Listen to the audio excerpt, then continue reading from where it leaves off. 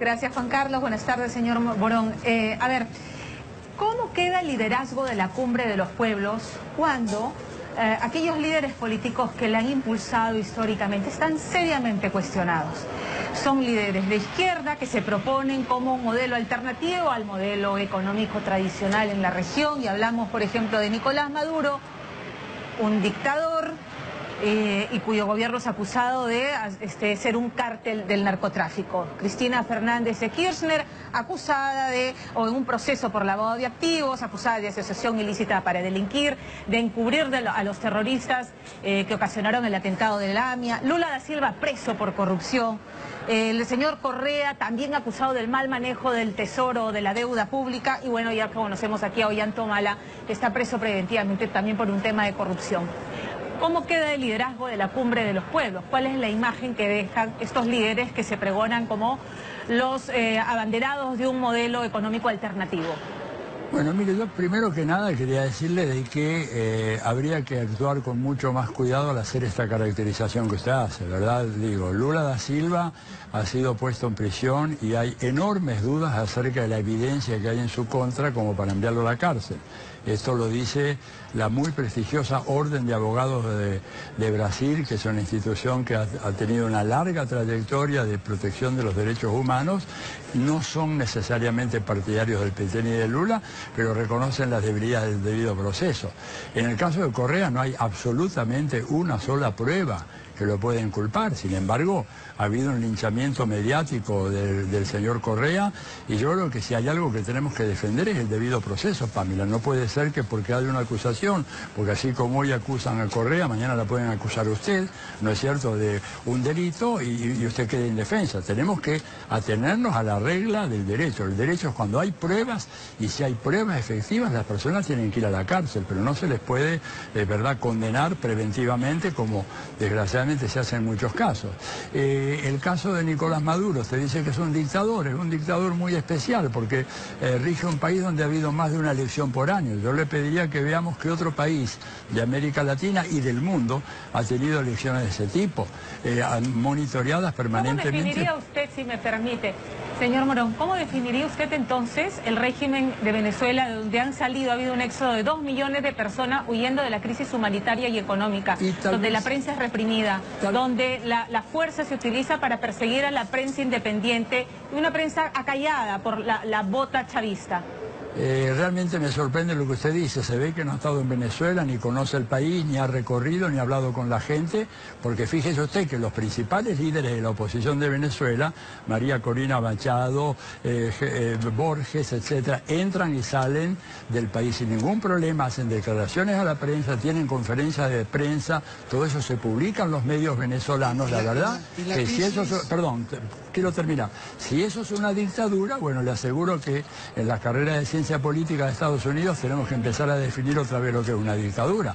Yo creo que acá hay una visión muy estereotipada que no ayuda para nada. Y en cuanto a los emigrantes, les digo, probablemente, no sé si el número de ese 2 millones me parece un número muy exagerado, en todo caso es menor de la cantidad de gente que huye de Centroamérica, México y Colombia yendo hacia los Estados Unidos o hacia otros países a buscar refugio por la crisis económica. Entonces seamos equidistantes y veamos, ¿hay gente que está saliendo de Venezuela? Sí. ¿Hay una crisis económica en Venezuela? Sí. Pero miremos el otro lado también. Expliquémonos por qué hay millones que también están saliendo de Centroamérica y México y que están jugándose la vida para entrar a Estados Unidos. ¿Definiría una democracia? De Venezuela, usted ha hablado de elecciones sucesivas, Juan Carlos, perdón. Sí. El señor Morón nos hablaba de elecciones sucesivas en Venezuela.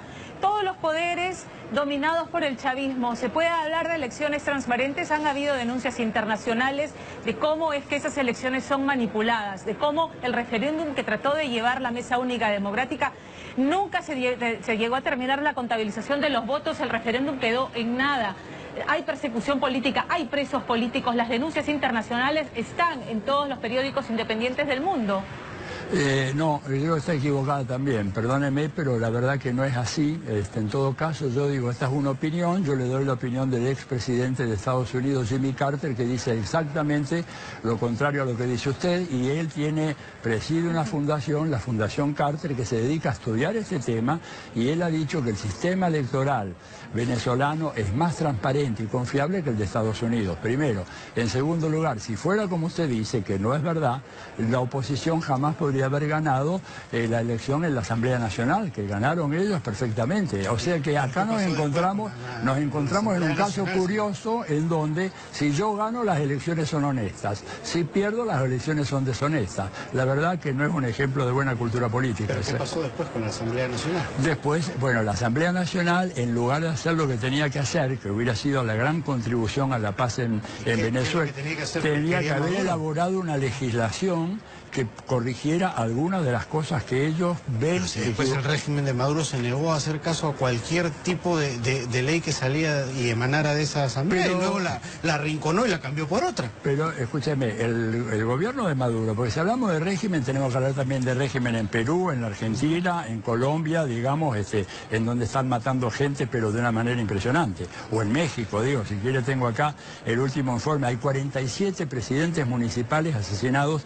en México. Eso parece no ser noticia, parece que acá... Bueno, claro, y eso es obra del narcotráfico, sí, pero, ¿no es cierto? Pero no veo yo la denuncia en contra del gobierno mexicano diciendo que autoriza eso, o que se queda de brazos cruzados, o que no investiga la muerte de los 43 chicos en Ayotzinapa, o las matanzas permanentes. Ya han matado 4 periodistas en México en lo que va del año, y yo no veo que nadie...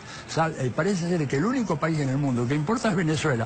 Que Venezuela tiene sus problemas, pero claro que sí, es innegable. Problemas económicos, problemas políticos, pero también los tiene Argentina, también los tiene Brasil. Brasil está gobernada por un señor que usurpó el poder y que tiene 3%, mire lo que le digo, 3% de aprobación popular. ¿Y por qué no le decimos régimen al gobierno de Temer? No, parece que Temer era una democracia, el único régimen, entre comillas, Venezuela. Creo que no es serio, hay que hacer una discusión realmente más medular y más de fondo. Señor Morón, vuelvo a la pregunta inicial, porque efectivamente usted admite que hay cuestionamientos en torno a todos los líderes de los que estamos hablando. ¿Cómo queda el liderazgo y la viabilidad de la Cumbre de los Pueblos? De la Cumbre de los Pueblos, dice...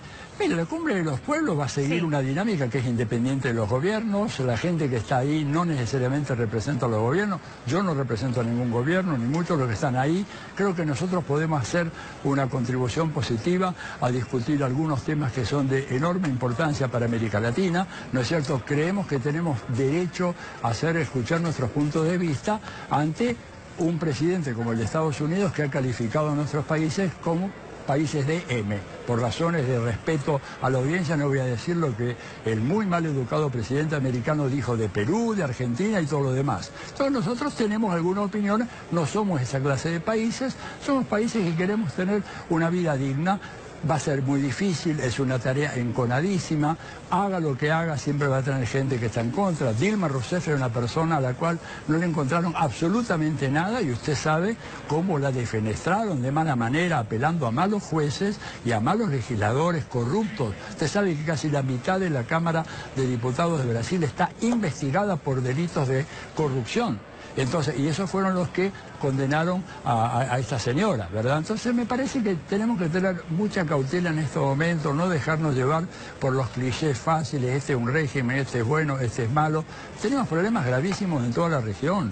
Yo lo estoy viendo y creo que es importante el diálogo, ponernos de acuerdo, sin extender un cheque en blanco a ningún gobierno. Que hay un problema de corrupción en todos estos países y que hay problema de corrupción en Venezuela, pero claro hay, pero Francisco dice que hay un problema de corrupción en el Estado del Vaticano y que está luchando él contra la mafia que se le metió en el Banco del Vaticano. Entonces ampliemos el foco para poder hacer un análisis comparativo y viendo a ver qué es lo que podemos hacer, porque esto nos hace mal a todos, de un lado y del otro. Ok, muchísimas gracias. Bien, Juan Carlos. Sí.